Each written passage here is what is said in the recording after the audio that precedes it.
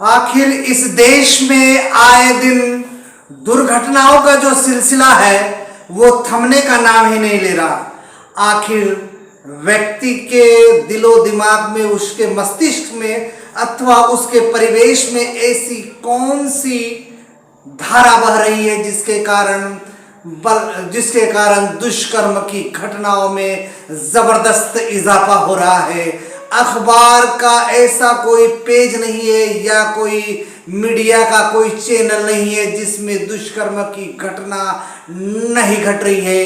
इन घटनाओं पर अंकुश लगाने के लिए क्या किए जाने की आवश्यकता है, मनुष्य के दिमाग में कैसी सोच चल रही है और उन सोचों का किस प्रकार से उन्मूलन होना चाहिए, इसी पर चिंतन करने के लिए आया है मुखनायक।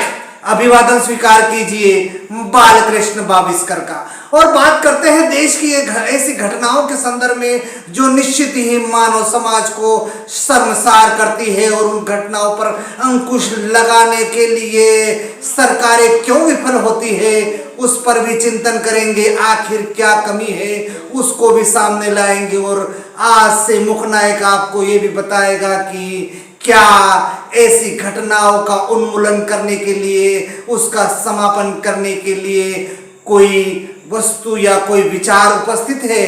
जी हाँ, उन्हीं विचारों पर हम बात भी करेंगे। बहरहाल हम ताजा घटनाक्रम के संदर्भ में आपको अवगत कराने जा रहे हैं।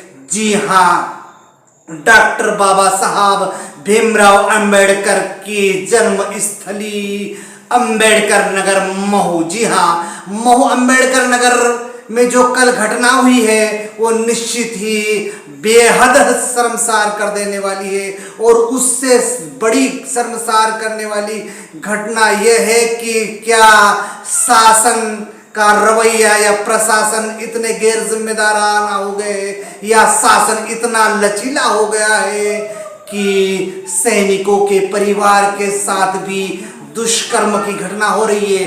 निश्चित ही मानवता को शर्मसार कर देने वाली ये घटना है। और दूसरी सबसे बड़ी बात यह कि डॉक्टर बाबा साहब भीमराव अंबेडकर, जिनको दुनिया में बुद्धिकता के लिए जाना जाता है और सर्वश्रेष्ठ संविधान निर्माताओं के रूप में जाना जाता है, यदि इस देश में सबसे बड़ा संविधान है, उसके बावजूद भी अंबेडकर की जन्म स्थली पर इस प्रकार की घटना होना आखिर तमाम ऐसे सवाल खड़े करना चाहता है मुखनायक, और उन पर अंकुश लगाने का भी मांग करता है। बहरहाल उस घटना के संदर्भ में हम सिलसिलेवार संक्षिप्त सिंहावलोकन कर लेते हैं। बात यह है कि परसों कुछ दो सैनिक और उनकी महिला मित्र एक उद्यान में, एक उपवन में बैठे हुए थे कि कुछ असामाजिक तत्वों, जिनका जो दुस्साहस है वो इतना है कि उन्होंने इस बात को भी नहीं समझा कि ये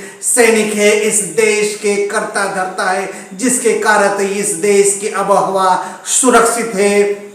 उनके महिला मित्रों के साथ इस प्रकार से दुर्व्यवहार किया जाना, और इससे भी बड़ी बात यह है कि उनसे रंगदारी मांगना, उनसे फिरौती मांगना, और फिरौती के बावजूद भी उनके साथ गंभीर मारपीट करना, और ऐसी परिस्थिति का फायदा उठाकर दो महिला मित्रों को अगवा करना। और पुलिस के अनुसार यदि कहे तो एक महिला के साथ दुष्कर्म भी हुआ है। तो निश्चित ही ये बहुत ही बड़ी शर्मसार करने वाली और लज्जित कर देने वाली घटना है, क्योंकि अंबेडकर जन्मभूमि यानी कि महू को यदि विस्तृत बात करें तो महू का विस्तृत नाम है मिलिट्री हेडक्वार्टर ऑफ वार, यानी युद्ध का मुख्यालय। और यहाँ पर नागरिक तो दूर, खुद सैनिकों को अभी इस प्रकार से उनके साथ दुष्कर्म की घटना होना निश्चित ही असामाजिक तत्वों के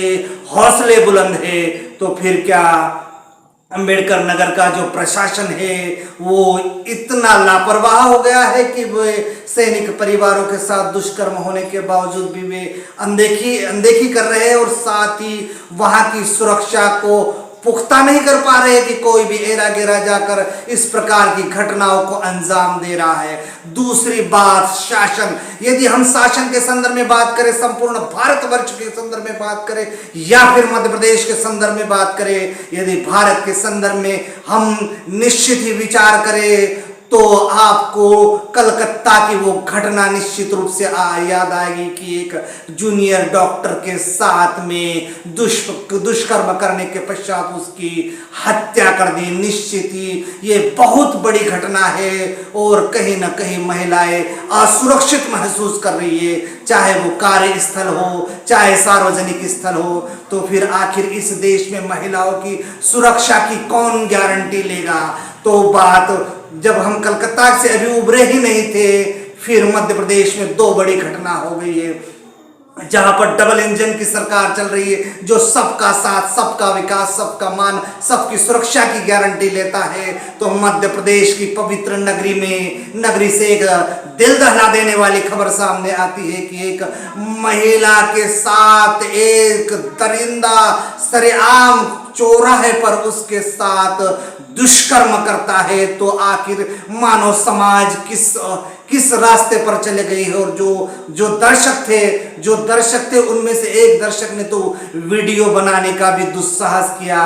तो मानवता कहीं न कहीं मर चुकी है और लगता है कि आदमी के अंदर का इंसान मर गया है और उसके अंदर जो सरकार का, उसके अंदर जो प्रशासन का, जो पुलिस का खौफ होना चाहिए, वो मृत रूप ले चुका है, वो मृतप्राय हो चुका है। और उसी तारतम्य में ये घटना महू की बाबा साहब के नाम को बदनाम किया गया और अंबेडकर जन्म स्थली के उस उपवन में महिलाओं के साथ दुष्कर्म किया गया। निश्चित ही ये घटना बहुत ही शर्मसार कर देने वाली है। अब बात करते हैं कि आखिर सरकार कानून का क्या देख रही है और क्या व्यवस्था है। लेकिन यदि हम बात करें सर्वे सर्वा इस देश के संविधान की, तो इस देश के संविधान में कठोर कानूनों की व्यवस्था है। यहाँ तक कि न्यायपालिका ने शीघ्र उस प्रकार से घटनाओं को सुनवाई करने के लिए फास्ट ट्रैक अदालतों की स्थापना की है और कई कानून है और बच्चों के लिए पास्को एक्ट जैसी धारा है और ऐसे व्यक्ति जिन्होंने नाबालिगों के साथ इस प्रकार की घटना को अंजाम दिया है उसके लिए भी धारा है। और इस देश में जो मुख्य पार्टियां होती है वे केवल इस प्रकार की घटनाओं का इंतजार करते हैं और समय आने पर घटना घटित होने के उपरांत उसकी आलोचना करते हैं। तो निश्चित रूप से ये भी दुखद है क्योंकि इस देश में जो कानून व्यवस्था है, जो न्यायपालिका को ताकत दी है, जो प्रशासन के पास डंडा लगाने का या इस प्रकार की घटनाओं को अंकुश लगाना या उसका उन्मूलन करने का यदि अधिकार है तो फिर उसका कड़ाई से पालन क्यों नहीं किया जाता, ये प्रश्न उठाना चाहता है मुखनाए। क्योंकि मैं आपको एक छोटा सा उदाहरण देना चाहता हूं। 2007 से 2012 तक उत्तर प्रदेश की धरती पर बहुजन समाज पार्टी की सरकार रही है और आज भी उस सरकार को यदि प्रशासनिक दृष्टिकोण से कहा जाए तो सबसे सख्त शासन के रूप में उस 2007 से 2012 के बीच का बहुजन समाज पार्टी का नेतृत्व और बहन कुमारी मायावती का जो नेतृत्व रहा निश्चित रूप से वह सकारात्मक था। और प्रशासनिक दृष्टिकोण से यूं ही नहीं, मुखनायक सारे तथ्यों के आधार पर तमाम अखबारों के पन्नों को पलट करके आपको यह बताना चाहता है कि सख्त प्रशासन उस दौर में हुआ। तो फिर इस देश में 2012 के बाद कई ऐसे राज्य हैं, कई ऐसे जिले हैं, कई गांव हैं वहां पर इस प्रकार की घटना हुई है। निश्चित ही इन घटनाओं का उन्मूलन करने की नितांत आवश्यकता है और यही पहल करना चाहता है मध्य प्रदेश सरकार से और भारत सरकार से। मुखनायक